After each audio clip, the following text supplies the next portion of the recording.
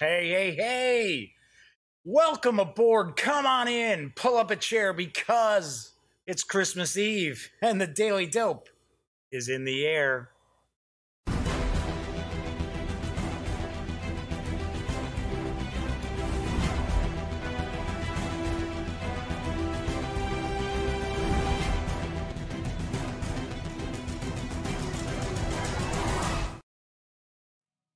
Howdy, howdy, howdy, gang. Yes, I'm Jeff McAleer, back once again as your host here at the Daily Dope, presented by thegaminggang.com. About a minute late getting started today. Let me jump in. Boom, there we go. I had to get something started there. Anyway, today is Christmas Eve. It is. Happy holidays, gang. I know that Hanukkah started this past weekend. You've got Kwanzaa on the horizon. We're in the midst of Festivus for the rest of us because I think it was the airing of the grievances. I think isn't that like yesterday, something like that? I remember the episode of Seinfeld, but I didn't, I don't celebrate that as a holiday. Yeah, kind of crazy. Anyway, but it is Christmas Eve. Welcome aboard. This is episode 200 and I believe it's 216 today.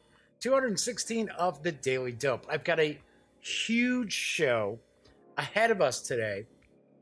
It is basically I'm going to share my favorite games of 2018.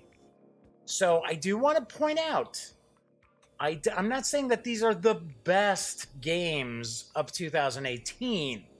Reason being, I didn't play every game that came out in 2018. Okay, I did 92 reviews this year out of the 216 shows.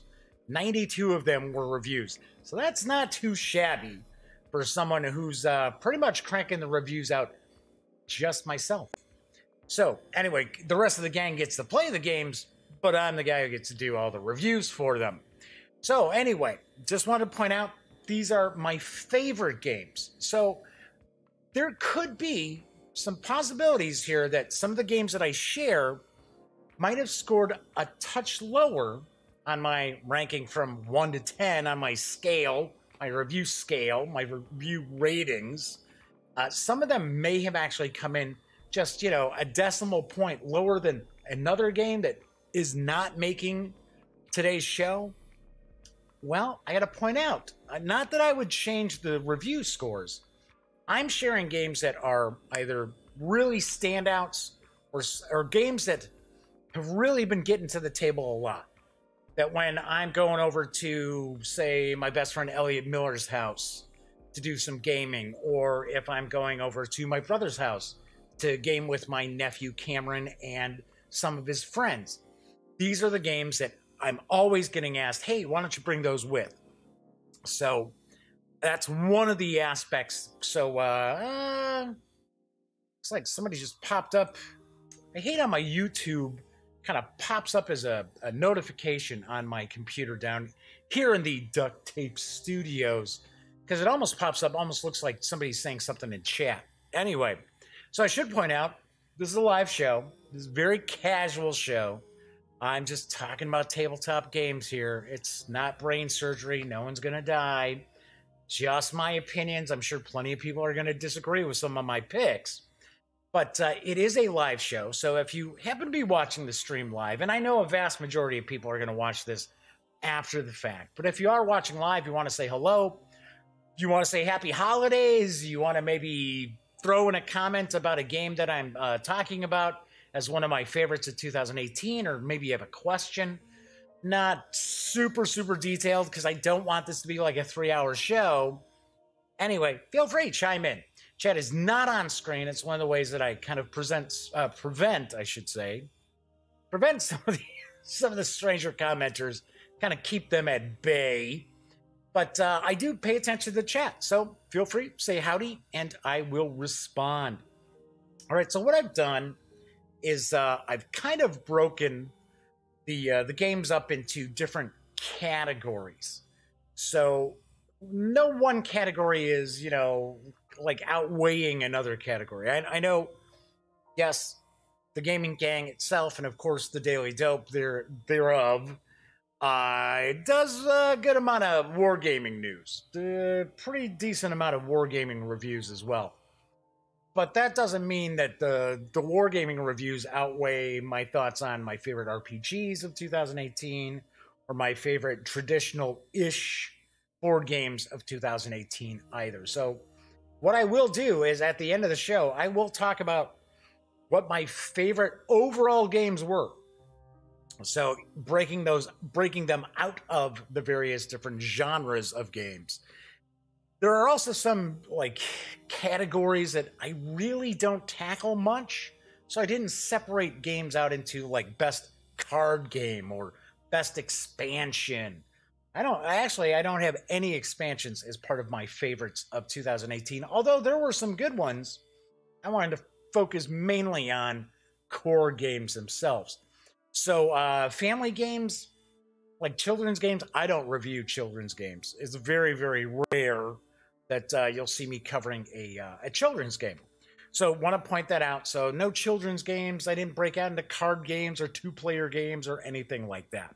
So the basic premise of what I'll be doing, pretty much the layout, I guess I'll say, of what I'm going to do is I'm going to share each game. I'm going to bounce back and forth between this camera and the usual camera that I do the reviews and the unboxings and first looks and things like that from. And talk about what I liked about each one, and then go into a little bit more detail about what was my favorite of that genre, of that category there. So the first thing I want to talk about, and I got to be honest, I've got games like all surrounding me here. They're not in the shot, but they are all around me. So this will be kind of interesting because I think overall there's about 18, 20 games, something like that. This is not scripted whatsoever. No scripting. So I apologize if I get something wrong, off the top of my head. If I get a player count wrong or age range or something like that, I am not going to go into like really specific about, what the MSRP is, unless I remember it right off the top of my head.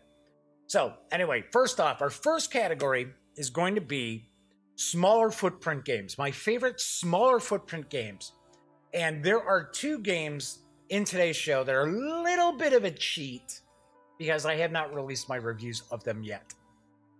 They are coming. They will be up on they will be on the show before before the new year hits. So I'll get them right under the gun. And just want to point out that I've got a couple of titles that I have yet to get the reviews out for. One last caveat, I guess I can say, is these are my favorite games of 2018. The games came out in 2018. I did review some titles that came out in 2017 that are not part of this list, not part of this show. So I tried to focus just on games that came out this past year. So I know a lot of people do their best of 2018. This is just my favorites of 2018. All right, so without further ado, let me grab a sip here because once again, it's kind of dry and dusty down in the Duct Tape Studios. And it's funny, I've got all these open spots behind me because I was pulling games off. So if you happen to watch the show all the time, you may recognize what games are coming because you're used to seeing specific spots behind me. Okay, so first off, my first category is small footprint games. My favorite small footprint games that you didn't need to have a ton of space to be able to play. And you don't need to lug around a big, huge box at the same time. And my favorites are, this is the cheat. And I'm going to point out, everything's in alphabetical order, right? So it's kind of fair. I'm not going to, give away anything until I reveal my favorite. So this is the cheat. Codenames Marvel. This is the one that this is one of the two that I do not have reviews up of yet. So we've got Codenames Marvel. We've got Robotech Force of Arms. So Codenames Marvel is from USAopoly. Robotech Force of Arms is from my friends over at Solarflare Games. I've got Sakura Arms, which is a 2-player game from Alderac Entertainment Group, or as I like to refer to them, AEG. This is part of their Big in Japan line. And Tiny Epic Zombies from Gamelyn Games, designed by Scott Alms. It was the most recent Tiny Epic game to arrive. So let me see if I can kind of turn myself around here. I got games like down here, like right by my feet. So, oh yeah. All right, so let me talk about each of these just a little bit. Let's switch on over to the other camera. All right, so we've got Codenames Marvel. This was an Origins release. If I remember correctly, this released at Origins. Let me see if I can move these so they're not occupying some real estate here in the shot.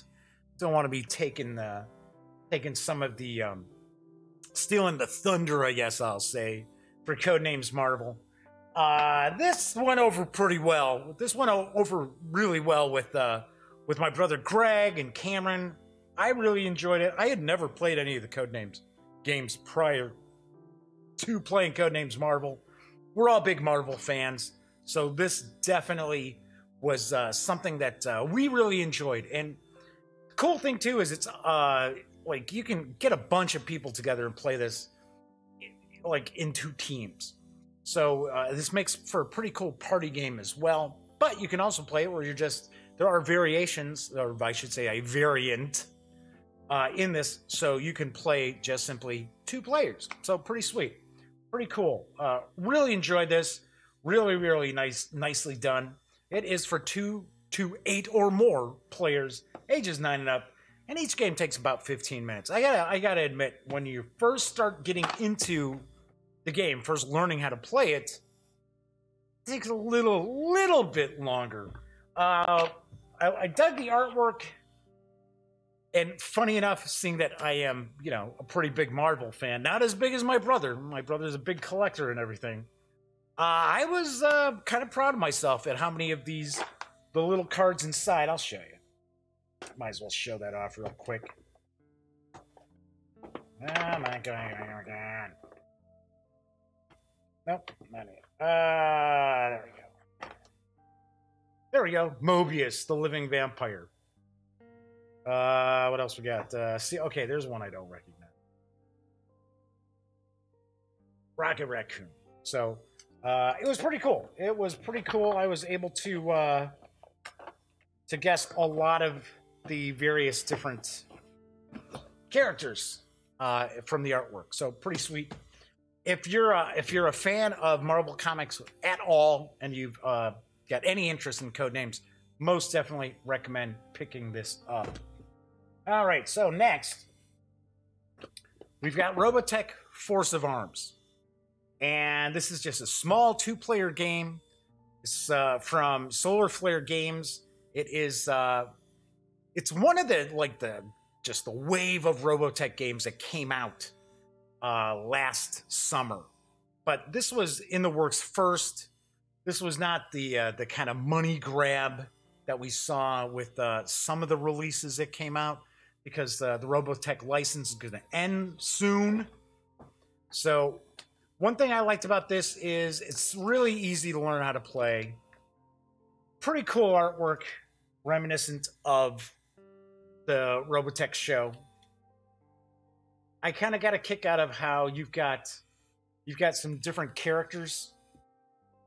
You don't have a ton of characters, but you've got some different characters for both the Robotech Defense Forces and the Zentradi, and how the special ability of each of those really did nicely reflect the characters from the anime. Super easy to get into. There's a bit of a bluffing mechanic to it. You're basically putting down your ships, your capital ships, in a grid, and then each player, the RDF as well as the Zentradi, are going to take turns placing their fighters as either attack or defend their ships. So games play in about 10 minutes, really. It's super fast, really easy to get into. And I mean, it's not like super dripping Robotech flavor, but I did enjoy it. I really did like it. And my nephew Cameron, who I introduced to Robotech just this year, really dug it too. All right, moving right along, we've got Sakura Arms. Now this is a big in Japan card game from AEG. The original card game, the Japanese language game, has been out for a while, but I dug this because I like the components. The components were really nice. The card artwork is pretty cool. I dig the little cherry blossom tokens here. And the cool thing is you're not going to have a whole ton of cards. You're going to have these different... You're going to have the different... they're goddesses, basically. And they each have their own special... They all have their own special abilities. So you're kind of mashing up a deck of cards from 2 of the 8 princesses.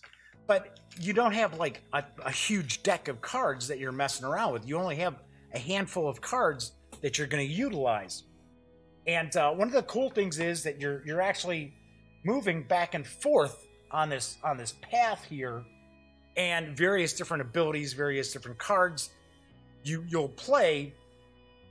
What happens as far as their effects are really, in a lot of ways, have to do with your range. I mean, you know, if you're too far back, too close up, you can't do certain things.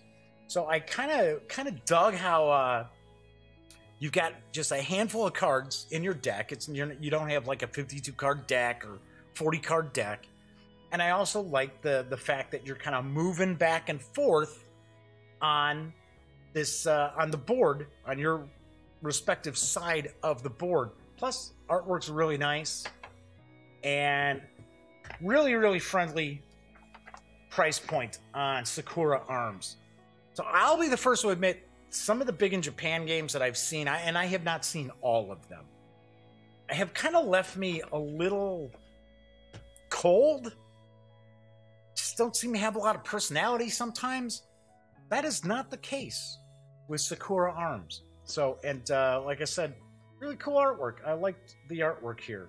Has a lot of personality. So really enjoyed that.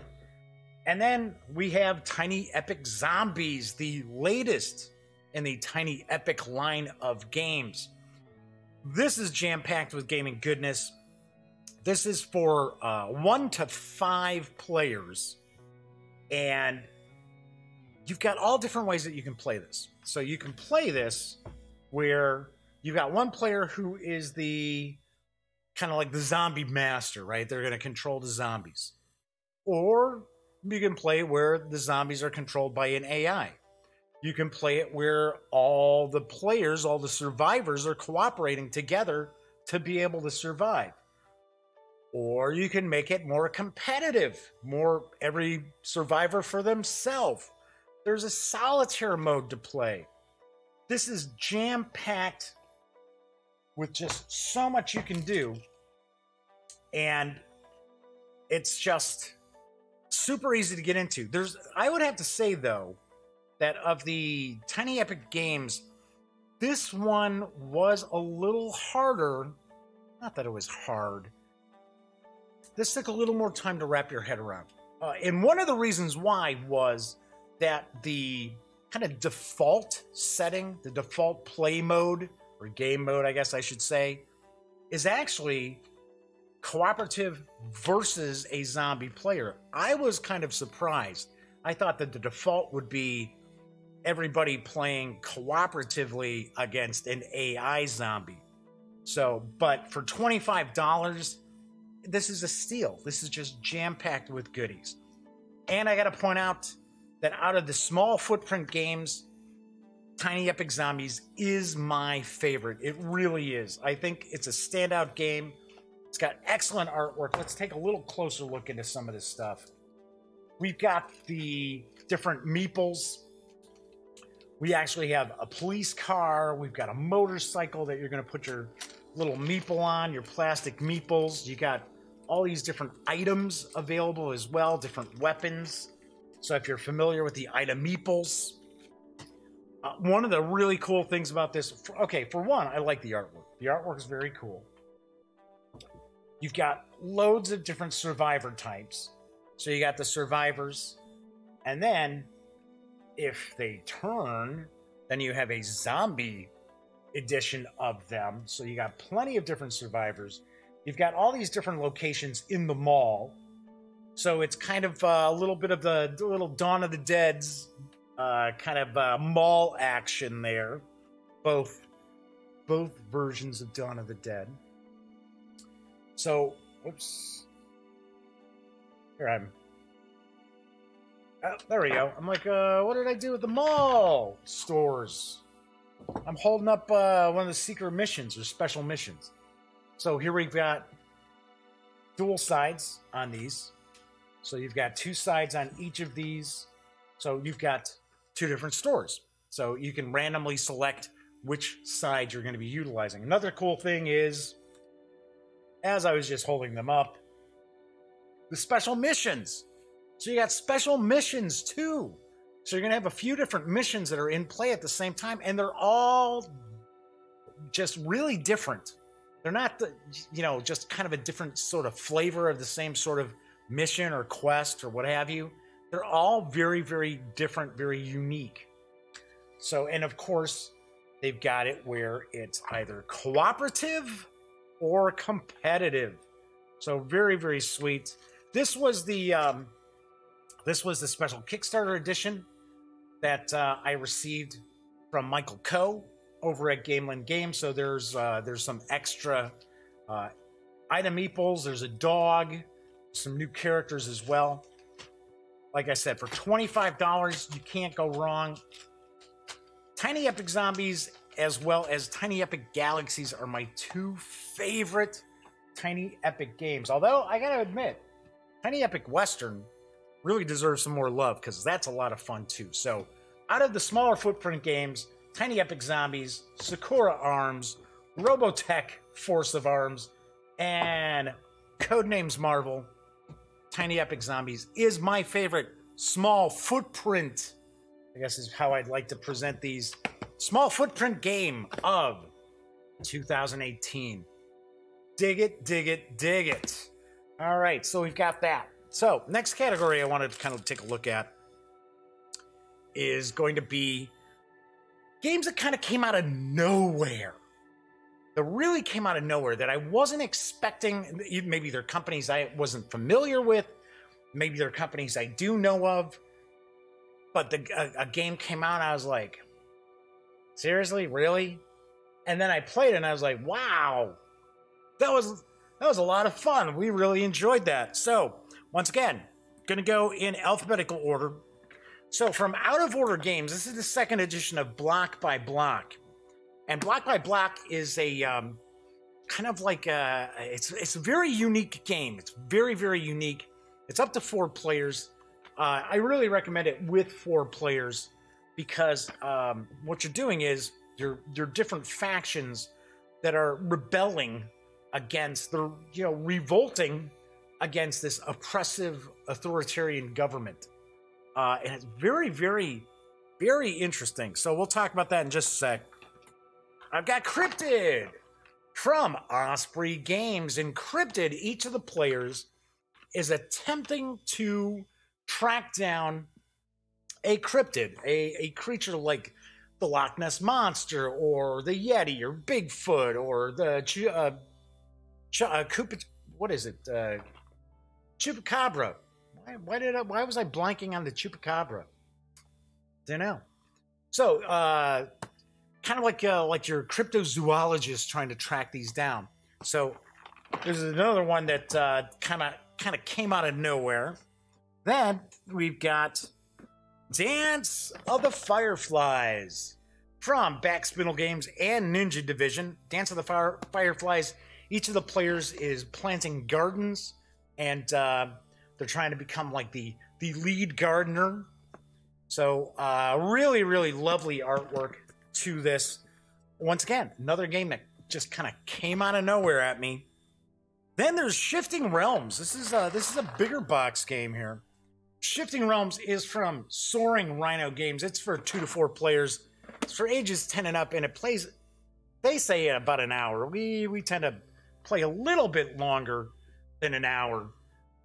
Maybe we just overthink it a little bit. I'm not saying we've got analysis paralysis, but one of the reasons why this came out of nowhere is, for one, I knew nothing about Soaring Rhino Games.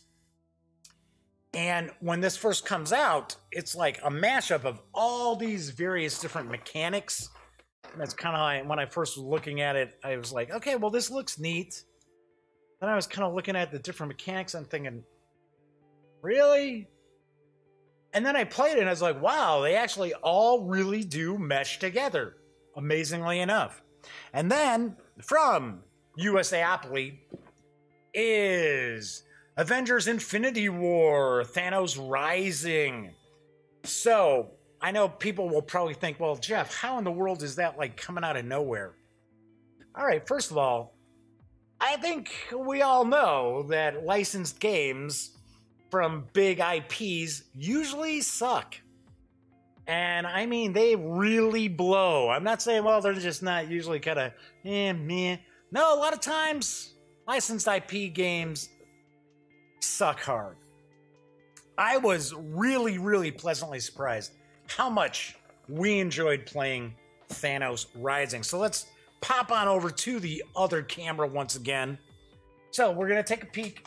So as I was talking about, block by block, let me scoot this on over here, trying to move these little, oh well, sorry, taking up little real estate here.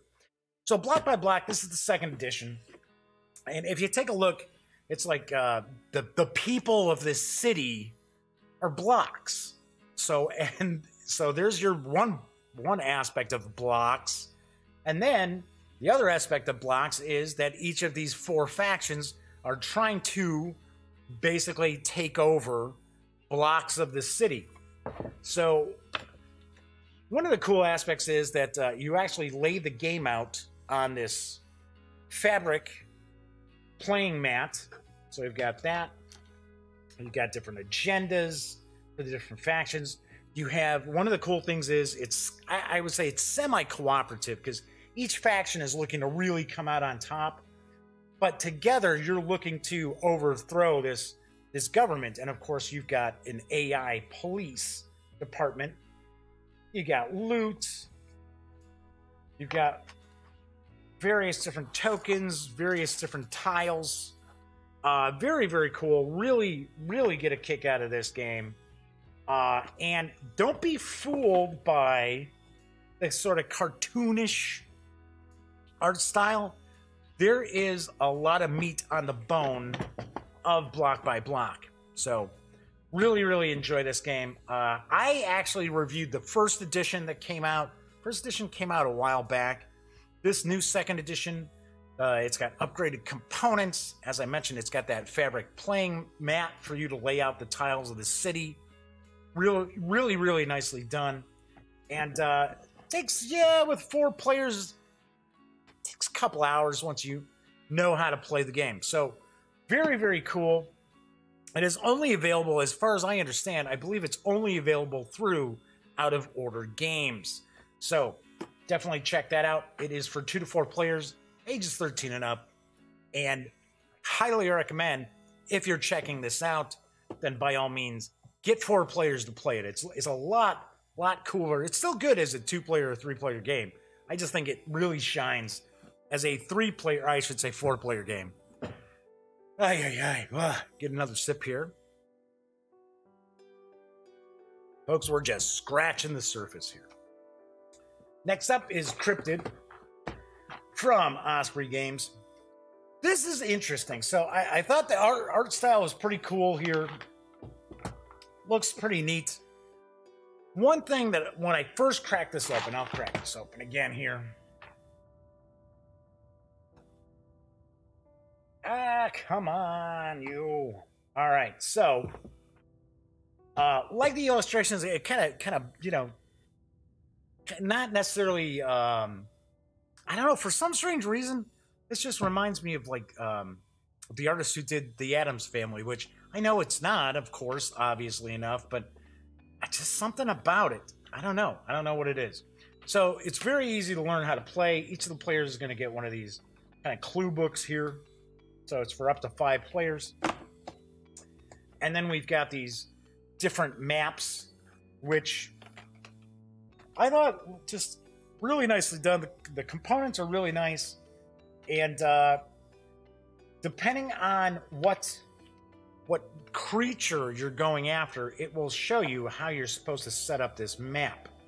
Now, one of the interesting aspects of the game is that each of the players has a piece of the puzzle of where this cryptid is hiding. So what you're trying to do is you're trying to determine by asking the other players various different questions as far as getting clues, but then also trying your best not to actually provide the other players with too much information. You don't want to give away too much information because only one player can find the cryptid. But when I cracked it open, I saw, wow, you know, the only real artwork that we've got is outside of like graphic design of, you know, any artwork of like monsters and creatures is simply this and that. So I thought, oh, here we go. But then we played the game and really, really enjoyed it. It is a very, very cool deductive game because you've got the map and you're, you know, putting tokens out on the map, trying to determine where that cryptid is. And of course, you're trying to use your own clue too. So the clue might be the cryptid is located within 3 hexes of a particular kind of structure or a specific color structure. And that's how you got to figure out, okay, so, and then you're asking the other players. Really, really interesting. This one, like I said, kind of came out of the blue. When I first cracked it open, I thought, well, I mean, Osprey Games has been making some pretty cool games. But when I first took a look at it and I saw, oh, I don't know. Really isn't any more cryptid little monster artwork in here. And then we played it, and we have really, really enjoyed it. And another cool aspect of this is also that there's kind of like 2 difficulty levels. So you can go with a kind of a lower difficulty level for maybe some younger gamers or maybe some non-gamers too. So very, very cool. Really, really dug that. Then we got Dance of the Fireflies, which is from Backspindle Games and Ninja Division. It's designed by Backspindle Games. So this is multi-language, so we got English and we also have German. Really nice components. So what you're looking to do is each of the players are building these gardens, and these flower cards all have special abilities. So what you're doing is you're trying to actually create these beautiful gardens by putting in a variety of different colors, color cards, right? Type of cards, and then each of the cards will have like a special function as far as when they bloom, because you've got a sundial. I'm not going to put the sundial together. You've got a sundial that actually will determine, and it moves around. It determines what flowers are available, what flower cards are available to you to get, and what flowers are actually doing things. Really, really interesting. Like the artwork. The artwork is really, really nice, and it's very pleasant looking. It's kind of a, you know, it's not a big huge game, but it has a very nice table presence, and it's actually got some teeth to it. It has some bite. It is because there's a lot of screw your neighbor in the game, which you would probably not expect when you see this kind of artwork on the cover of the box. So that is Dance of the Fireflies from Backspindle Games as well as Ninja Division. Then we've got Shifting Realms, and I'll show you a little bit of Shifting Realms here. And, you know, I gotta be honest, when I first got this review copy, I had talked to Craig Van Ness and his brother Jeff at Origins. We were talking about the game, and I was like, oh yeah, this looks pretty cool. And he, okay, why don't you, you want to review it? So when I cracked it open, I saw the font on the rules. I was like, uh-oh. Just, I don't know. It just, something about the font kind of was like, And I'm not the kind of person who wants like some big florally fancy font in any of my games. I mean, I like the information to just be right there at my fingertips to be able to figure out. But there was just something about the font of this that I thought, it's kind of screaming cheap. But then as I started looking into the various different components in that, sure, is it like Fantasy Flight Games component quality? No. But everything looks nice. It's got a cool dragon miniature. So I gotta tell you that. It's got some pretty decent artwork.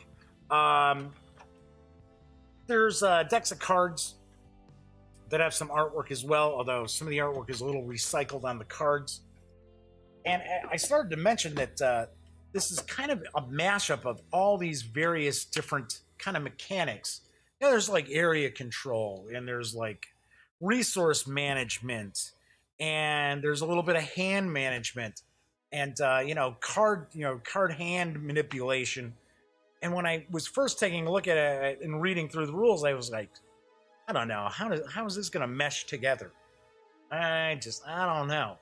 And then we play, and it's like, wow, it actually comes together really cool. One of the nice aspects too is that there are these different realms, thus these shifting realms, and you don't utilize each of the realms in every game. So there is some variety, and you're basically representing these kind of quarreling factions of these like omnipotent godlike creatures who are supposed to keep everything in balance in the universe, but they've been so busy screwing around with each other, things are falling apart in these different realms. So really, really cool. Really liked it. It's sort of game where there's some, combat aspects to it, but you don't necessarily have to play where you're fighting other players in order to win. Really, really nicely done. Definitely dug Shifting Realms, and that came, like I said, out of nowhere. All right, so talking about Thanos Rising for Avengers Infinity War. So this came from USAopoly, and the first thing I thought was, okay, yeah, all right. Here we got some extra promos that I've gotten. So I thought, okay, so I was like, oh, this is kind of cool. This is pretty neat. I like how it's like kind of cut so that when you put the Infinity Stones in there, they stay in place. I thought the big miniature of Thanos was cool, but a little bland as far as the paint on it. I mean, it's just, some very, very basic colors, but I still thought, oh, wow. I mean, that is a big mini of Thanos. Very, very nicely cut dice. There's a variety of different dice you're going to utilize. We've got the different characters. We've got different villains. And the villains give you a hard time. Thanos, of course, gives you a hard time. You've got these quadrants around this board here that you're going to have heroes that you're trying to recruit to your team. You got the different Infinity Stones that Thanos is trying to get his hands on. Once again, this is another game that's got a nice table presence. And tell you what, this is a lot of fun. And this is not an easy game to win, especially if you play it the way you're supposed to, because there are some variants to the game. It's for the most part, it is a push your luck dice game, but to be able to win, you really gotta push your luck a lot. But there is some strategy to it too, which I thought was very, very cool. As far as it's not just, well, everything is just rolling the bones, and if you don't roll good dice, you're SOL. No, there is some strategizing to be able to win. It's cooperative too, so nobody's playing Thanos. And of course, it's a lot of fun too, because then you can bust the chops of some of the other players who are, because everybody has to roll the dice for Thanos in their turn. And it's kind of fun to talk a little smack about somebody who's making Thanos do some pretty bad stuff to the table. So really, really enjoyed this. And once again, you know, tie-ins to movies and that usually aren't very good.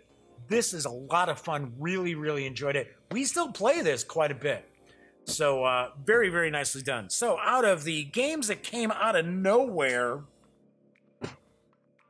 my favorite is actually Dance of the Fireflies. Really, really enjoy this game. When I first saw this, I thought, okay, so this is going to be, I don't know, you know, kind of a pleasant, relaxing sort of game. You're going to be planting flowers and trying to put your garden together. Yeah, okay. I mean, you're sitting there, you're throwing weeds into the other players' gardens, and you're trying to mess with their gardens and mess with their selection of cards that they have available to them, various different plants. There's like a compost heap. This was loads of fun. There's a lot of take that in this game, which some people don't like, but I personally enjoy. I like competition in my games, not necessarily where it's, you know, going to break out into a street fight, but which is not the case here. But this game really did kind of take me by surprise, because this was not the sort of game that I thought this was going to be when I took a look at it. That is one of the main reasons why it's like games that kind of came out of nowhere. This is also for up to 6 players, so that is pretty cool as well. A lot of times you don't get, you know, this looks kind of like it'd be a 2 to 4 player game, but you can go up to 6. I recommend like 4 or more. You can go as few as 2. And they say 14 and up. I don't know. I mean, yeah, maybe 14 and up if you've got some younger gamers who are overly sensitive about getting picked on in a game. Yeah, okay, maybe. But out of the games that kind of took me by surprise, my favorite for 2018 is Dance of the Fireflies from Backspindle Games and Ninja Division. Okay, moving right along. Let's talk about RPGs. Because if you happen to watch The Daily Dope, if you followed the Gaming Gang for the past 9 years, you know I'm a big fan of role-playing games. And love to get coverage of role-playing games out there as often as I can. So this past year, I have started to receive more RPG products. Some in PDF, but I am seeing more and more physical books as well. So I know role-playing games can be kind of tricky for people. Some people have, you know, certain aspects of games that's what really draws them to that specific setting or rules system. I am not a big mechanics guy. I've been playing role-playing games for a long time, about 40 years, a little more than 40 years. So I normally will not run games like straight out of the box anyway. I tend to kit bash stuff a lot. That being said, there were some pretty cool role-playing game releases this year. So my favorites for 2018, I'm going to start off with Free League Publishing and Modiphius Entertainment's Forbidden Lands. This is a box set. There are hardcover books in here. This is my other cheat game that I do not actually have a review out yet. This is actually getting a review on Thursday's show. So this is being reviewed on Thursday's show. So you're kind of getting a little bit of a sneak peek of what I think of Forbidden Lands. This has an old school vibe to it, but it does utilize, for the most part, the same mechanics as you would find in Tales from the Loop as well as Mutant Year Zero. So we've got Forbidden Lands. We've got from Renegade Games, I should say Renegade Game Studio. Is it? No, it's Renegade Game Studio. I always mess that up. Plus, I need to wet my whistle. Oh, and I should point out, the kitties are down here with me today, so... yeah, Pinky's probably going to kind of caterwaul a little bit. Anyway, so from Hunters Entertainment and Renegade Game Studio is Kids on Bikes. Really, really dug this. I got to admit, Renegade came out with 3 RPGs, 2 of which they teamed up with Hunters Entertainment. One was Outbreak Undead, the 2nd edition, which I thought was kind of a disaster. I like the original edition much better. I think they just went way over the top, and check out my review, you'll understand. The other RPG that Renegade came out with was just basically in-house. They did not team up with Hunters for that, and it came off as undercooked. Kids on Bikes is excellent. It is excellent. It is really, really well done. We're going to take a little bit of a look into this in just a sec. Then, I've got a couple of D&D releases. We've got Mordenkainen's Tome of Foes, which came out in the spring. I want to say, I think it was May. I think this came out in May.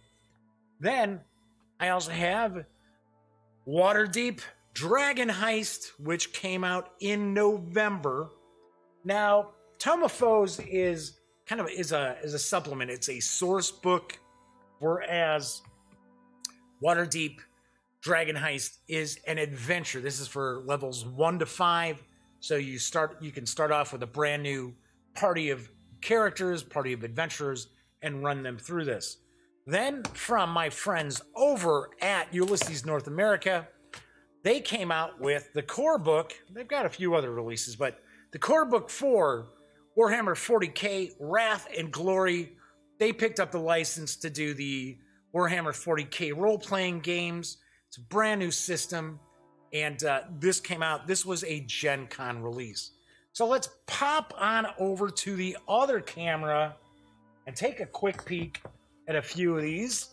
Well, we're going to take a peek at all of them, but all right, let's pop on over here. So we got Forbidden Lands. So as I mentioned, we've got these 2 hardcover books. So we've got the Player's Handbook and the Game Master's Guide. And we also have a Legends and Adventurers book, which is sort of kind of, as I mentioned, there's a real old school vibe to this because there are a lot of different tables for you to kind of create things on the fly. And you can create like the backstories of your player characters with this. There's a legend generator. There's a monster generator as well. So that's in this booklet here. We also have a map with some stickers as well. And so it's kind of a hex crawlish aspect to the map here. And then you've got these stickers. So it's almost like kind of like a living map, like a legacy map, right? So you're able to put the little stickers there to mark various different settlements and adventure locations and stuff like that. So really, really nice artwork. And this carries an MSRP for the box set of, I want to say, I think it's $49.90 if you actually order it from the Free League website. Free League, if I'm pronouncing that correctly, .se, because Free League is a Swedish company. So we've got Forbidden Lands. Then we've got Kids on Bikes. Kids on Bikes is more of a kind of sandbox-ish sort of setting. Very, very rules light. Utilizes different dice, like, you know, like a D10, D12, D6, D4s. And that's basically what your skill level is. So of course, if you're more adept at a certain thing, you're gonna have a D12. As opposed to if you're really terrible at something, you're gonna have a D4. And of course, you're trying to best difficulty numbers. I mean, that pretty much in a nutshell is how the system works. Really cool advice in here. there are a bunch of there's no single like adventure. As I mentioned, this is kind of a sandbox. And this is the deluxe edition. Now, this is not the standard edition. The deluxe edition comes with, I want to say there's over 20 of these like locations that kind of give the game master an idea of, okay, so for an example, Shadows from Sharon Hollow, Michigan.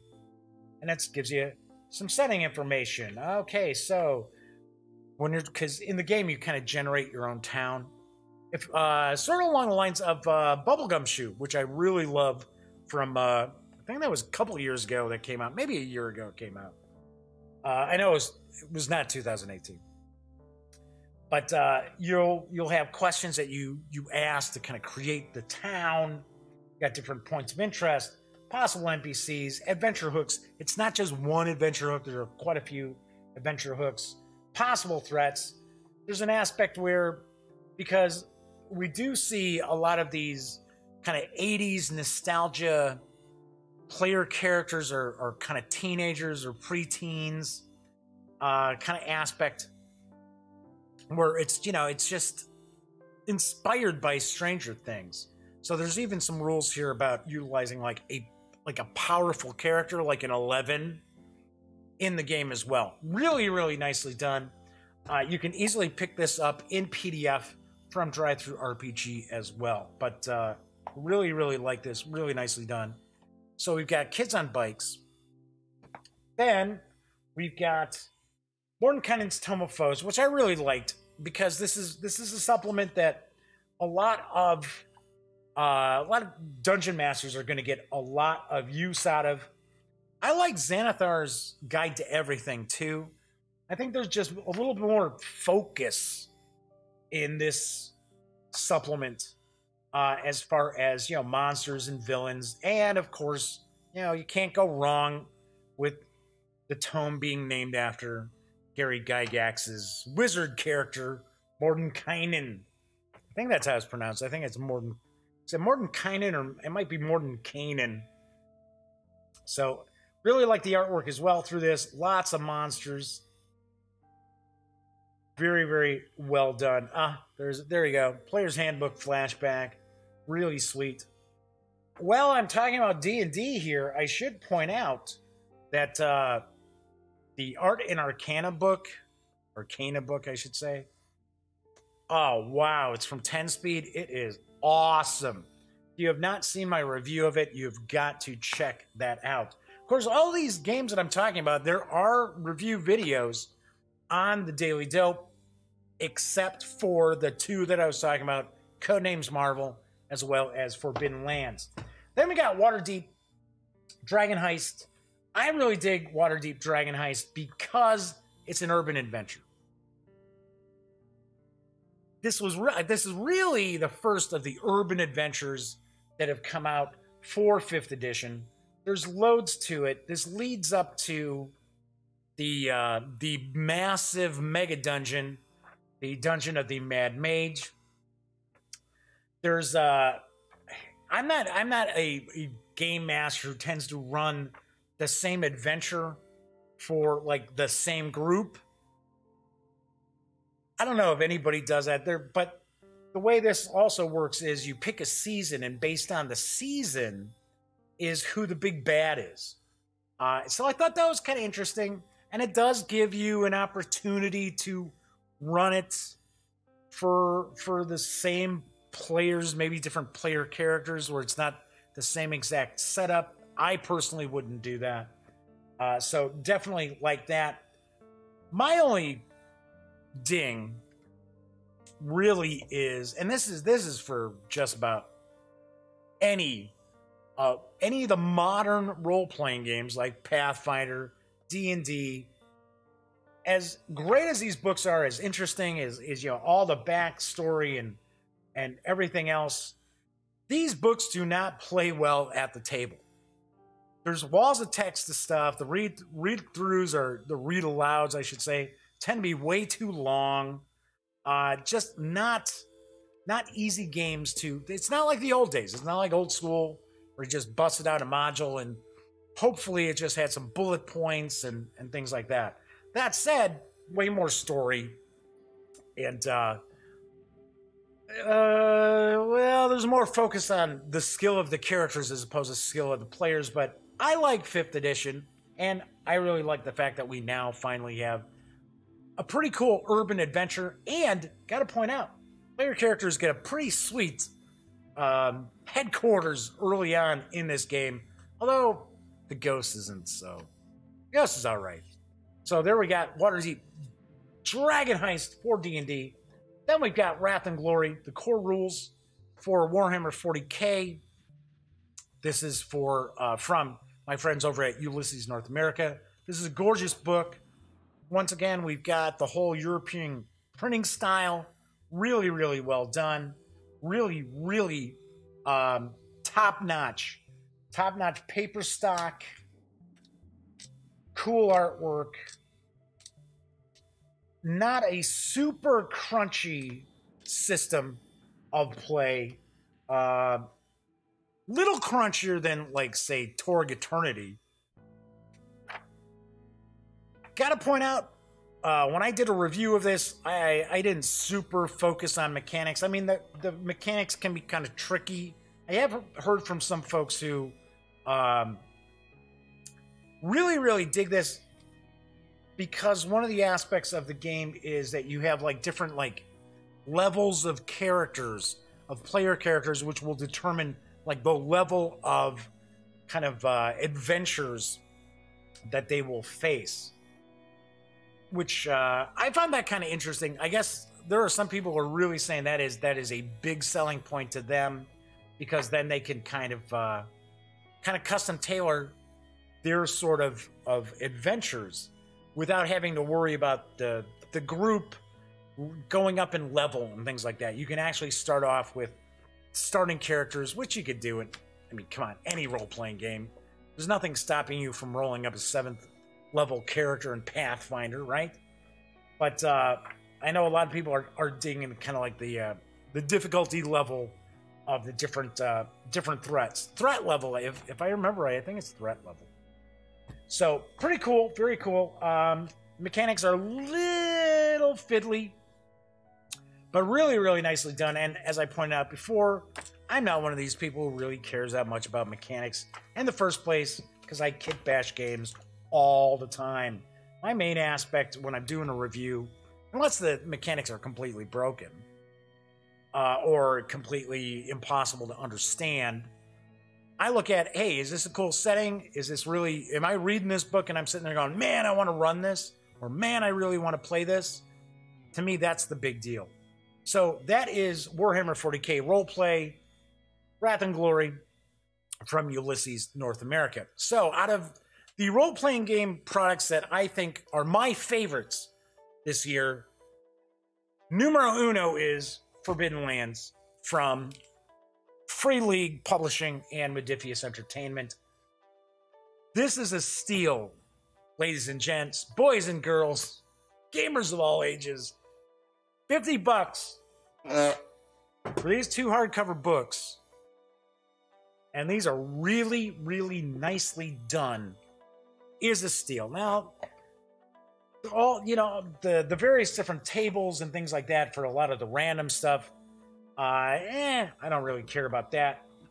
The map with the stickers, I'm not all that, I don't really care about that too much either. Oh, really nice map. Really, really nicely done. There are people who are gonna like really be into the whole kind of hex crawlish nature of the setting.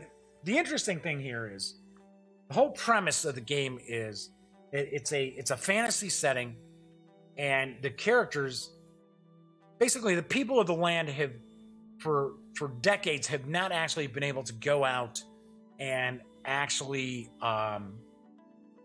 communicate with other villages and things like that, because there's been this mist, this deadly mist that, you know, pretty much covers the land, and if you go out into it, well, it's the end of you. Then the mist one day disappears. But if we look at this, I mean, the paper quality, the stock quality of these the pages is excellent. I love the old school artwork in this. The rules are pretty easy to wrap your head around. There are a lot of different variations. There's a lot of options as far as your characters, the different classes. Just really, really well done. Like I said, love the artwork. The artwork is really, really nice. I mean, if you want, you can play an orc. I mean, you can play an orc. You can play like these wolfkin, these wolf creatures. It's more along the lines if you were going to be evil. But just really, really love what they've done with each of these. And together, the two rule books clock in around 450 pages. So that's the player's handbook. Here's the Game Master's Guide.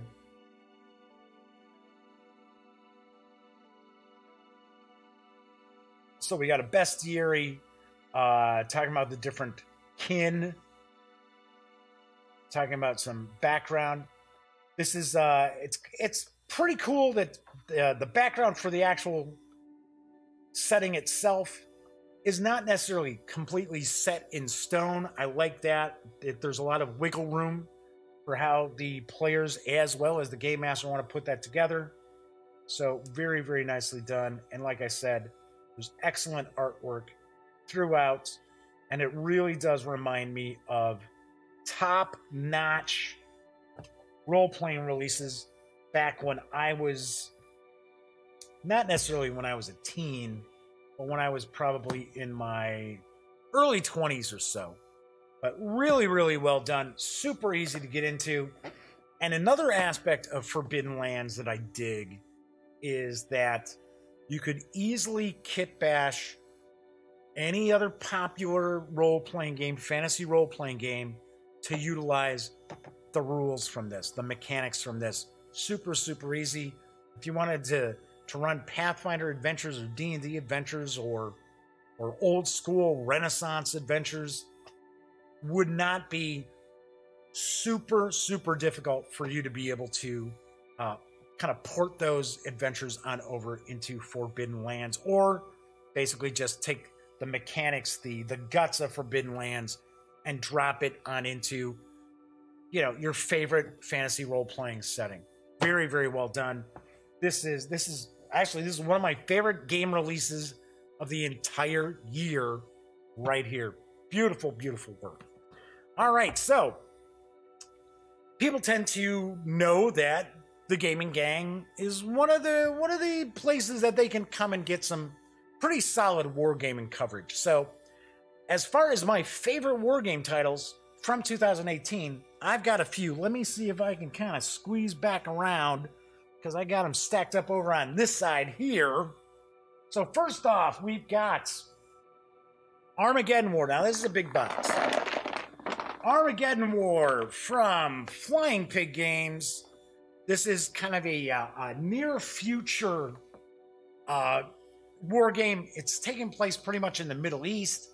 And this whole system is very interesting because it introduces combatants that you would normally not be expecting to play in a war game, in a hex encounter war game, like Hezbollah, Syria, things like that. Very, very interesting. There are U.S. as well as Russian forces, but they are not the big antagonists in it. It's more the smaller nations with a little bit of backing by either the Russians or the U.S. or Israel, of course. Then we've got At Any Cost, Metz 1870 from GMT Games, designed by my good buddy Herman Luttman. This is a kind of traditional hex encounter sort of war game, but it is one of these shit activations. It tackles a conflict that you don't have a lot of war games out there for, the Franco-Prussian War. So, and actually very cool because you've got some different scenarios in here. You've got a campaign as well. Then, also from GMT is Fort Sumter, the Secession Crisis, 1860 to 1861, designed by Mark Herman.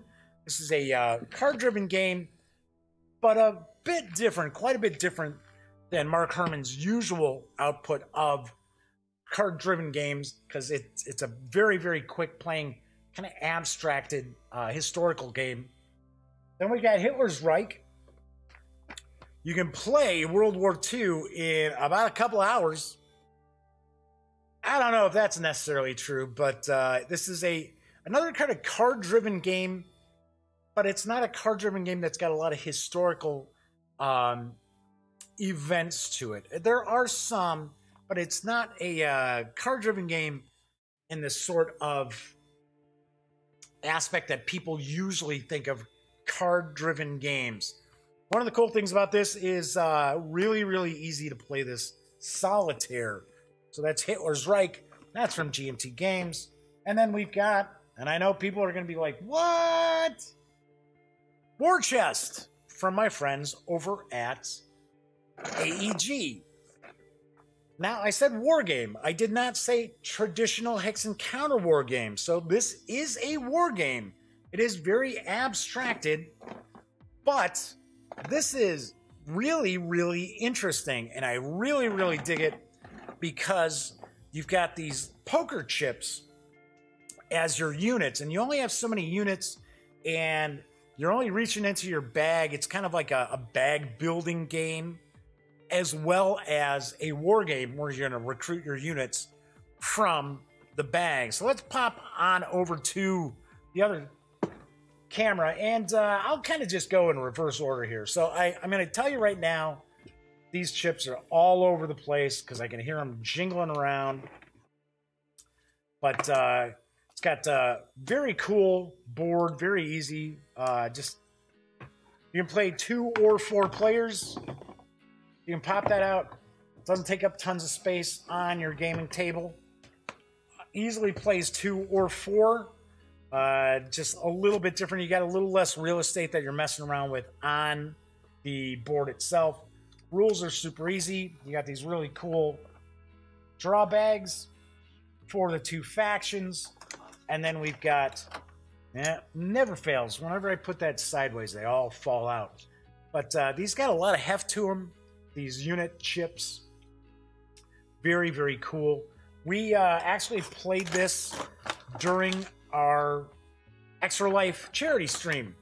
So that was pretty cool. We had a lot of fun with that. We actually set aside a couple of hours to play and got, trying to remember, did we get 2 or 3 games in? I think we got 3, if I remember right. It's been a while. So that is War Chest from Alderac Entertainment. Can't recommend this high enough for people who kind of want to introduce a concept of little conflict simulation game to their friends, but their friends can't stand war games, or just say they can't stand them. Hitler's Reich, World War II in Europe, for 1 or 2 players. Basically saying that you can do it in 2 hours. I don't know. It's been a little longer than that for us. But this is not a difficult game to wrap your head around. Got a bunch of play aids here. I gotta admit, the map is serviceable. The board is fine. Just not a lot of flash to it. Whoops! As I bumped the camera tripod there. Not a lot of excitement on this board, but then again, I mean, it serves its purpose. There's nothing wrong with this game board. It just doesn't scream, "Wow, check this out!" But very, very interesting. You got these command cards, and the command cards basically are telling you what you can do. It's area control. Pretty easy to wrap your head around, and there are enough events that come into play that does give this a World War II flavor. This is a game, folks. This is a game. This is not a strict simulation of World War II. But we had a lot of fun. We really enjoyed this. Very, very cool. Then we got Fort Sumter, which I like. I really do like Fort Sumter, the Secession Crisis, 1860 to 1861. I just don't happen to like it as much as a lot of other war gamers out there. I don't know. I mean, I'm just used to Mark Herman's designs are like, wow, there's loads of meat to them. And I understand Mr. Herman is looking to kind of, you know, put together something that plays quicker. People can bust out. Not everybody has time for, like, you know, Empire of the Sun to bust out, or, you know, Washington's War. So, rules of play are pretty easy. It's got a playbook. Always dig the playbooks. It's got the game board. Personally, I think the game board's kind of ugly. But once again, serves its purpose. And basically what you're doing is one player is the Union, the other player are the Secessionists. You're not necessarily Confederates just yet. And what you're doing is there's not going to be there's no way for you to avoid the southern states seceding, but it's basically you're vying for who's going to be in the better position when that takes place. And you're vying for control of these different areas of the board as well. It's got a real Euro kind of look to it with all the cubes in that. And here's the various cards as well. So, I mean, the component quality is really nice. Like I said, yeah, the board's a little... like I said, I enjoy Fort Sumter. There are just people out there who are just going hog wild over it as if it's, you know, their war game of the year, and I just don't see it. It is certainly worth picking up, and this is another title where it's not really a war game, it's more a political game. And if you pick this up, you might be able to nudge some folks over towards playing some war games with you. So that is Fort Sumter, the Secession Crisis. Things are starting to stack up, so I'm kind of moving things around. Then we got At Any Cost, Metz 1870, from my good buddy Herman Lettman. As I mentioned, it's kind of got a kind of hex and counter vibe to it, but it does have the chit pull. It's got a pretty cool map. There are events that take place. There's my friend Herman tends to like a little bit of chaos. Well, I should say a lot of bit of chaos. There isn't tons of chaos thrown into this, but a lot of things going on that keep you on your toes while you're playing it. And I have to point out that the Franco-Prussian War is not a conflict that we see tons and tons of war games for, because there's the misconception that the French just kind of rolled over, that the French army were just pushovers, which really wasn't the case. Granted, their command wasn't so great, but it was more the political machinations behind the scenes that really cost the French that war. So, At Any Cost, Metz 1870. It's for 2 players from GMT Games. And then finally, we actually have my pick for my war game of the year, Armageddon War, platoon level combat in the end war. Like I said, this is supposed to be kind of a like a near future apocalyptic setting, but it doesn't really get into what exactly has happened. It doesn't sit there and say, oh, well, you know, the nukes have all gone flying and, you know, vast majority of the population of the world is gone.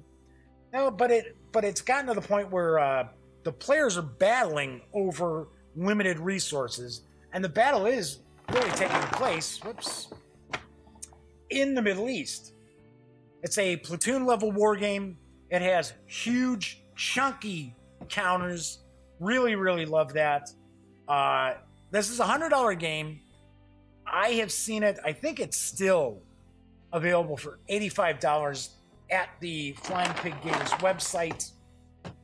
At that price, it is really, really worth picking up. So here are some of the cool things about the game. Let me grab some of this stuff out of here. So it's got special dice. So it's not you're not always sitting there going, oh, well, let me look at the combat results tables for everything. You've got very easily read combat counters here. There are 2 steps for like infantry. it's pretty cool because it's like showing you, okay, so what kind of targets does this unit usually engage in? And all you gotta do is look at the color of the number versus the color of the background here for their defensive value. There's no set, well, you only have so many action points that you can utilize for your units. And it's just a lot of fun. I mean, it's very, very cool.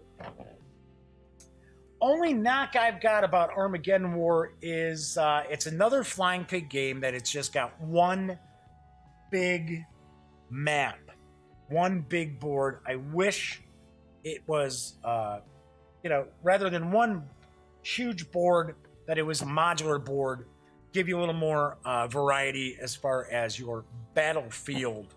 So that is Armageddon War. There is Burning Land. It is an expansion that's out as well. It's also very, very cool. But Armageddon War is the kind of game, one of the reasons I'm really, really keen on this is because we are looking at combatants that you don't see in platoon level war games, right? You don't see Syria. You don't see Hezbollah. You don't see that kind of stuff, right? You don't see ISIL, ISIS. Only ding is if you're playing two players, you're going to have a player who's going to play like ISIS, Hezbollah, stuff like that. Hey, take it from somebody who always got stuck having to play the Germans in World War II war games. You know, if you want to play, somebody's got to take the less than stellar side. But yes, you can't go wrong with Armageddon War. There's a lot of freshness to the design. Very, very cool. Hopefully, we're going to see some more stuff coming from Flying Pig Games. Maybe not necessarily set in Armageddon War, but utilizing those mechanics. Because the mechanics with the dice is very, very cool with the different hits. All right, so those are the war games, my favorites of 2018. So now I'm going to finish up with what I consider kind of more traditional-ish games. A little bigger box, kind of, as opposed to, like when I was saying, small footprint games, things like that. So, first off, we've got, from Starling Games, we've got Everdell. This is the collector's edition of Everdell. And this is a very interesting kind of engine-building, tableau-building game. It has a very unique setting with little animals that are, you know, building their own towns, and each of the players is building a town. Then we got Master of the Galaxy. It is from Ares Games. It is a 4X science fiction game, right? 4X that you can play in less than 2 hours. No joke. You can get your 4X itch scratched less than 4 hours, 5 hours, 6 hours. You know how some of those 4X games go.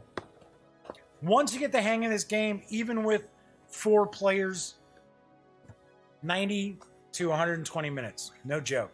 That is Master of the Galaxy from Ares Games. Then we got Remnants, which is from my friends over at Fireside Games. When I did my review of this, and I wouldn't change my review number on it, really, really liked it. There were a few things I would have liked to see more of in this game. Now, I don't know, there might be some promos and things like that out there. I can't tell you, but I can tell you that Remnants gets to the table quite a lot with us. And it's like a post-apocalyptic game, but you know, you're not fighting the other players and that. You're just trying to survive various different like raiders and mutated creatures and things like that. So, but you're not actually fighting each other. Your settlements aren't fighting each other. So it's not cooperative though. So keep that in mind. Then, oh, we got Thunderstone Quest.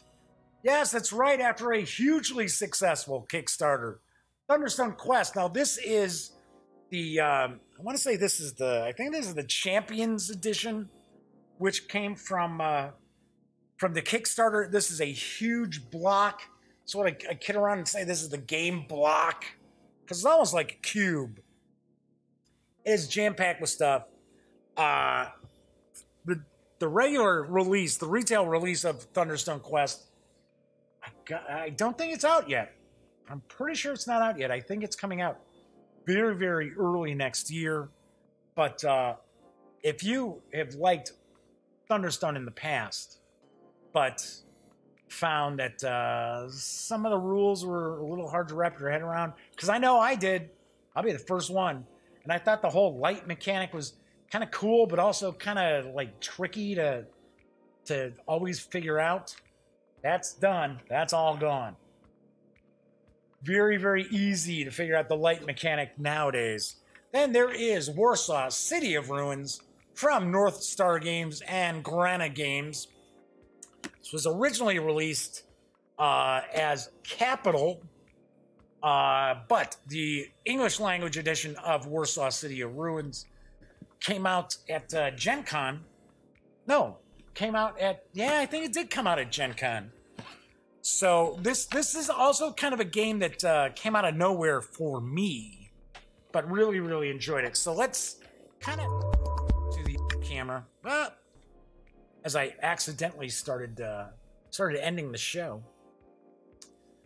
So Thunderstone Quest is huge. I'm not going to bust this open and pull out a bunch of stuff because I'm telling you, this thing is jam-packed. But I'm going to show you kind of the back here. So the change from the previous Thunderstones is that the village is now kind of like a separate board. So, and like when you defeat monsters, when you defeat the different monsters, and there is actually a board that you'll have various different rooms of the dungeon with the creatures in that dungeon. And there's loads and loads of different room tiles and that. Very, very cool. But now it's basically you've got various different locations in the village that you can do different things. And for the most part, you've got an option. You can either go to the village, purchase new stuff, get new heroes, level your heroes up, things like that. Or you can go delve into the dungeon. So the light mechanic is basically now you got little light counters. I shouldn't say counters, little light wooden tokens. And you earn those and you spend those. So if you've got something that provides light, it may, if you play that card, because remember, this is also a deck building game. If you play a card that provides you with light, well, then you've got those light tokens you can use. Those count. Plus, you can also buy lanterns in the village. Really, really, really enjoy Thunderstone Quest. This came very close to getting my #1 game of 2018. It is that close. It is that close. But when I reveal what my #1 game is, I'll explain why Thunderstone Quest just missed. Just missed. But it is awesome, and I'm telling you, this is like 16 pounds. No joke. I am not kidding. This box is like 16 pounds. Turn around. Pop that back over here. Then we got Warsaw City of Ruins. Warsaw City of Ruins is a tile-laying game. Very quick playing. Very, very super, super easy to learn. This one I will crack open. You're basically just creating these districts of the city of Warsaw. So there are real historical buildings and areas that you can add to your district. One cool thing about that, because this is basically kind of the history of Warsaw. So you're going to have these 6 different eras. And then, of course, you've got World War I and World War II that take place. Very abstracted. You're not sitting there having to worry about, fighting in the streets or the ghetto or anything like that. All you're basically doing is for World War II, I should say for World War I, you're going to simply discard one of your district tiles. And for World War II, you discard 2 of them, which represents the damage that was done to the city of Warsaw. Artwork is very cool, especially with these historical buildings that have special abilities. They might give you extra income. They might count as victory points at the end of the game. This shows what era that they're going to show up in. And they're two-sided. So they're two-sided, so you're looking at some of the buildings are actually going to be out here on the board throughout the different eras, right here on the board. Some are actually in the stacks of tiles that are on here as well. So it's kind of cool because these buildings here, you're not going to have both of these in play in the same game. You're either going to have this palace or this palace. So very, very cool. It's for up to 4 players. Here's the weird thing, though. I like this as a 2 or 3 player game. Now, with 4 players, it's fine. 4 players, it's excellent. Don't get me wrong. Oh, somebody's kind of fell out of here, which is unusual because normally that holds it right in place. Where'd the other one end up? All right, what's going on? Where's the other player token? That's weird. We better not have lost this. Because I loaned... Ah, there it is. I was going to say, I loaned this out. All right, where's the little base? That's somewhere. All right, so anyway, I'll just... All right, I'll put that there for now. So anyway, so basically what you're doing is you're laying down these tiles. You only have so much space in a grid that you can... I know, I'm still looking to see. Where the hell is that base? All right. Get on in there. Come on. There we go. So you'll see, so for an example, that's a historical location. So you'll have these districts, and on the back, it's going to say, okay, well, that's the era that this is part of the stack. So what'll happen is you'll have the opportunity to basically draft these tiles. So it's kind of a tile drafting game. But the thing is, you actually have to purchase the tile because the tile will have a cost for you to be able to purchase the tile. You're going to use these tokens there represent the money. So the cool thing is that if, because there's 16 tiles for each era. So if you've got 4 players and there's 4 rounds, basically, every one of those buildings, every one of those little district tiles are going to come into play. Now, that doesn't necessarily mean that they'll be purchased, but they will come into play. I like with 2 or 3 players, that means that there are going to be some tiles, some district tiles, some historical buildings that won't have an opportunity to come into play, and you don't know until that era is over. Oh man, we didn't get the transportation center or whatever. Really, really like this game. This kind of came out of the blue as well for me, but really, really enjoy it. This is, and I like tile games. So, and I have yet to play this with anybody who has not liked this game. Definitely worth picking up. Warsaw City of Ruins from Granite Games and North Star Games.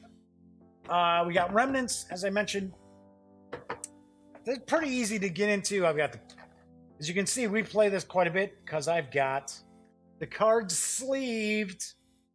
So, not super tough to get into. It's got some pretty cool cut dice because what you're doing is you're scavenging for different materials to be able to utilize for your settlement, and you get different survivors, different. Well, maybe I wouldn't say survivors. I mean, it is post-apocalyptic, but it's not like right afterwards. It's a little bit of a kind of a Mad Max-ish feel to it. Really do like it. Really, really enjoyed it. It's you know, when I first reviewed it, I gave it a good score, but I didn't give it a super high score. but I do really enjoy it. And the gang really digs this too.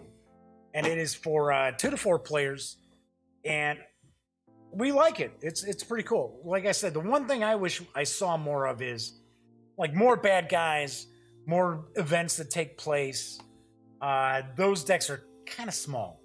So, and I do understand, at least last I heard, my pal Justin DeWitt from Fireside Games said there were some expansions, some promo stuff that was going to be available for Remnant. So hopefully this is done well for him, because we like it. We get a kick out of it. Okay, then we got Master of the Galaxy from Ares Games. Pop this open real quick. Another game that's not super hard to wrap your head around. And it's just got this coolness to it as far as the different factions that you lead. You got the star map, which is the board. Very cool reference cards here. So you got how to get resources, how to get supremacy symbols, how to win, different icons on the cards, how do you get cards. Really, everything that you need to know in the rule book are right there on these cards. You're going to have these different cubes, and you're just basically marking your routes that you're creating between different planets. You've got different sorts of governments. You've got different species. You've got different leaders for your species. You can take a variety of different routes to winning the game. There are like expansion cards, and it's going to show you like different cubes that you're going to be able to pull. There's also like a bag building aspect to this game as well. So we see these are the different species. Cool thing too is that like for an example, it's for up to 4 players, but you've got quite a few different species here, right? You've got quite a lot of different cards, so you're not going to just be recycling the same stuff over and over and over again. Some players are going to go for more of the military conquest as opposed to trying to, to win the game through peaceful means.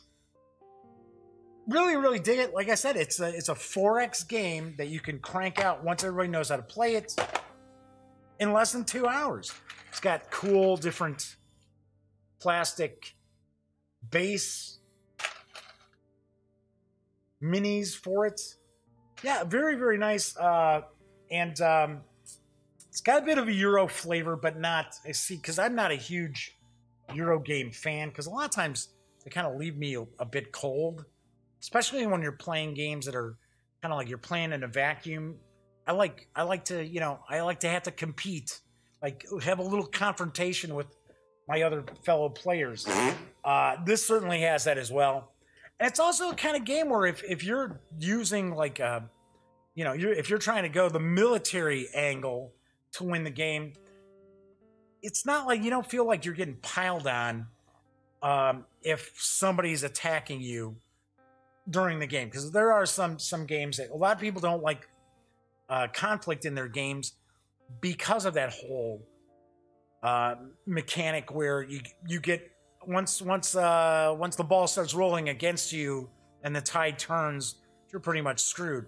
That really doesn't happen with Master of the Galaxy. The games we've played of this, regardless of the kind of angle that you're trying to play to win the game, honestly,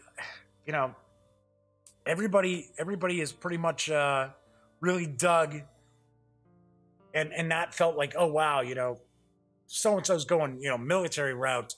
Here we go. No. Every different way you go about trying to win the game works. So very cool. Really enjoyed this.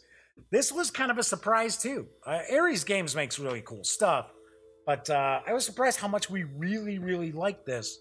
And it's super easy to get into and understand. Not tricky at all as far as the rules. And then we've got Everdell. This is the collector's edition of Everdell. It actually comes in a sleeve, So I've got the sleeve off. And Everdell is my favorite traditional game of 2018. And I'll explain why. So it kind of came down to like what was going to get my top game, right? So it was coming down to Tiny Epic Zombies, which I really, really like. And it is not one of these games that, you know, I know the zombie theme, the zombie meme has been beaten to undeath, but still, it's a lot of fun. It is a very, very unique zombie game. Really, really enjoyed that one. Forbidden Lands, I think, is fantastic as far as an RPG. I think it's a great product. I think Thunderstone Quest is phenomenal. It pretty much kind of came down to Thunderstone Quest and Everdell.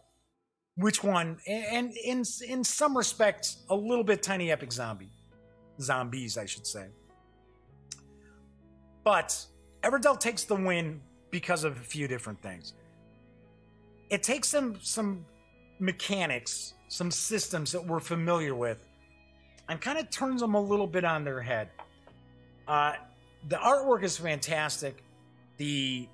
Just the whole table presence of the game is phenomenal.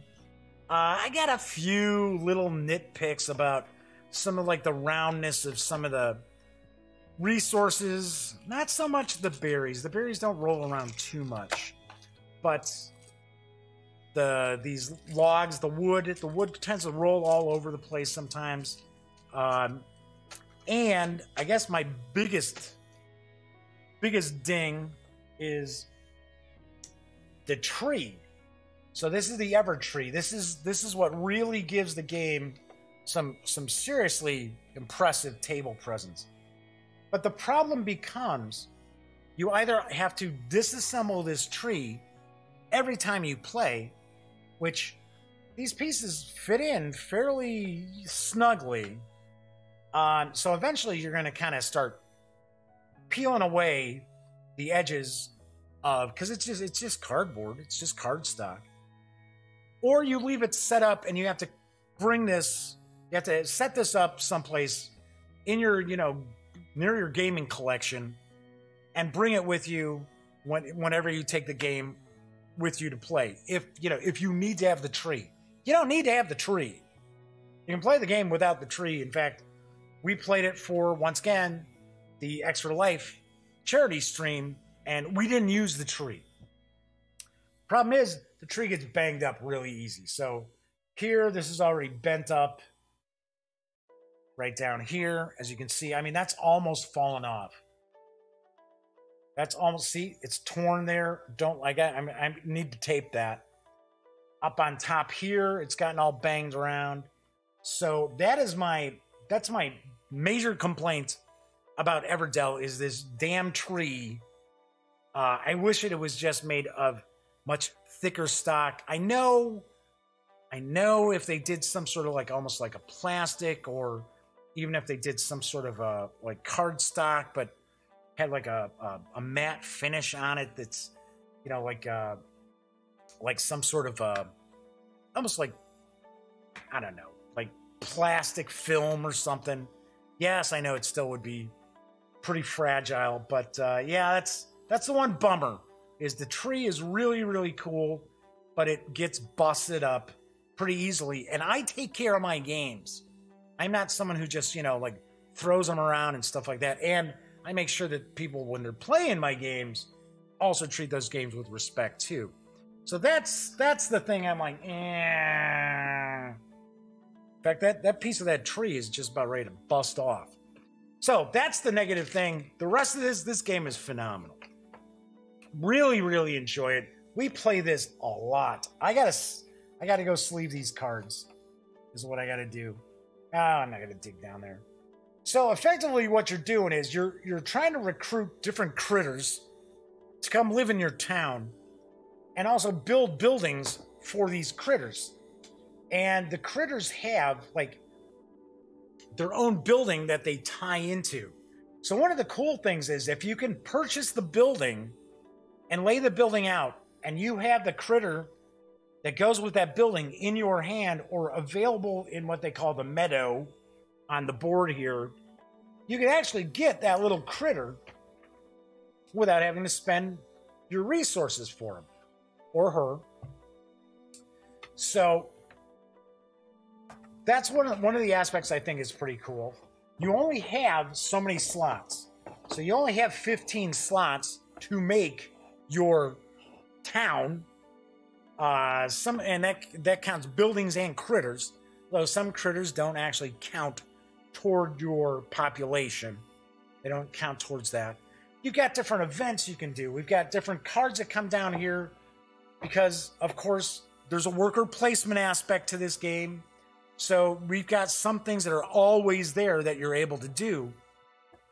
But you also will have these different cards.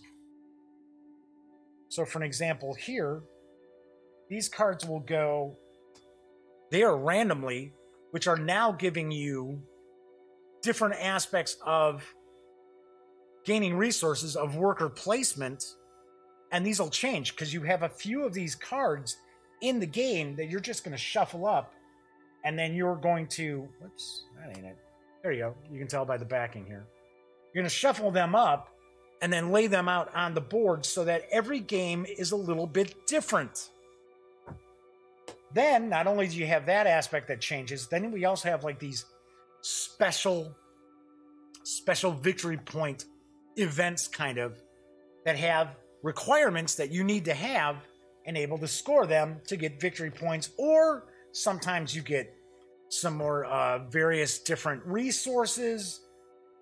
And there's loads of them. There's a bunch of them. So once again, it's something that you're going to shuffle these up. You're going to select 4 of them, and it can change every game. So there's a lot of variance in the game just with some of the events that you can score victory points with, as well as different resources, different locations for you to place your workers.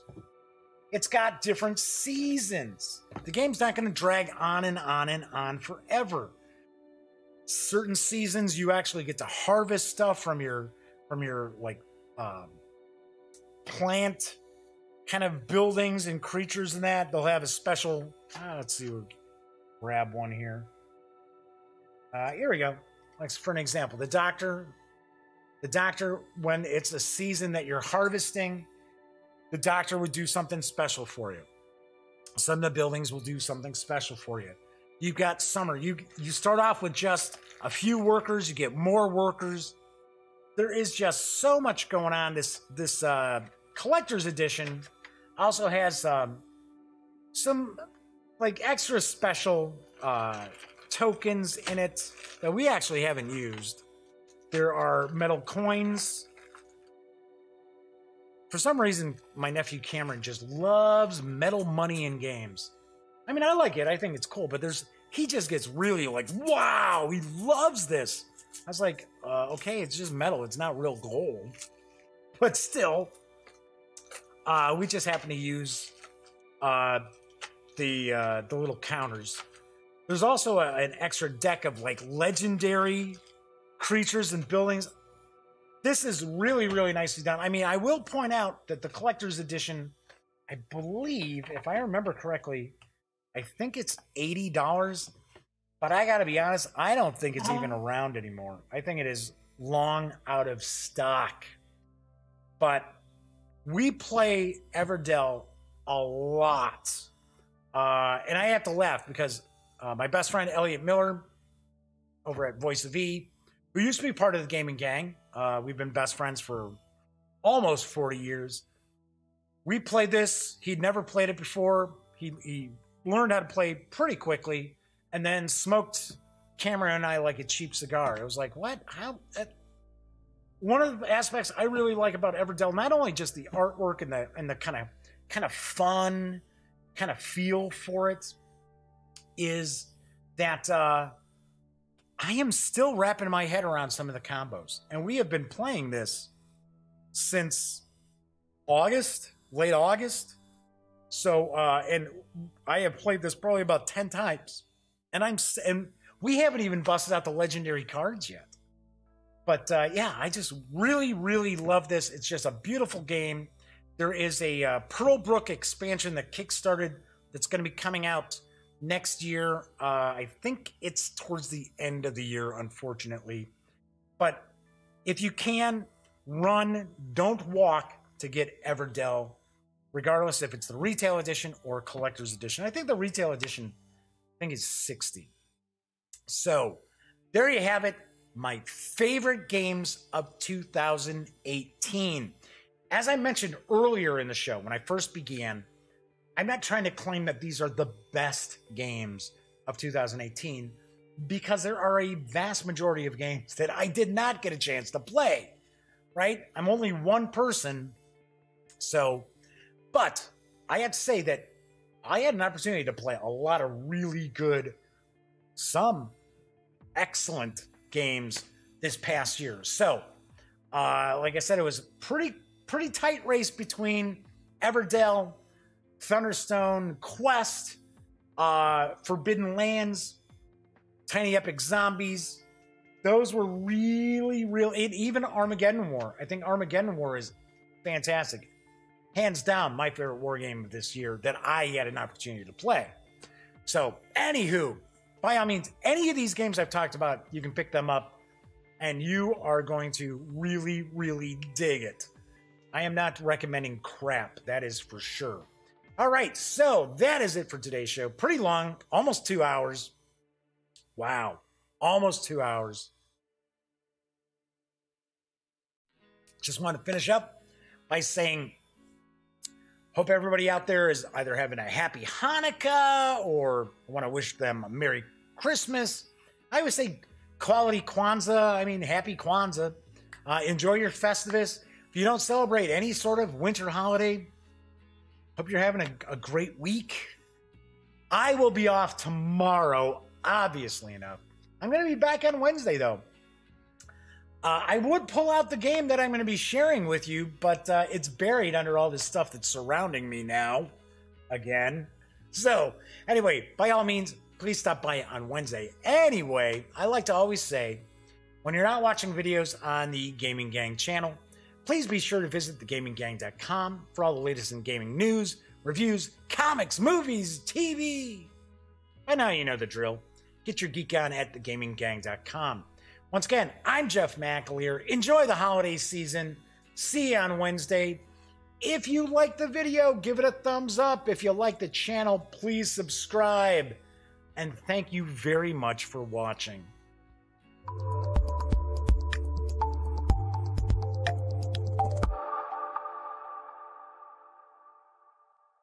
Thanks again for watching The Daily Dope, presented by The Gaming Gang. If you like this episode, be sure to give it a quick thumbs up. And if you dig the channel, please subscribe. If you'd like to check out our previous episode, click right here. And if you want to check out a somewhat randomly selected episode, give a click right down here. It'll be like opening a box of Cracker Jacks. You just don't know what you'll get. Once again, thanks for watching, and I'm Jeff McAleer.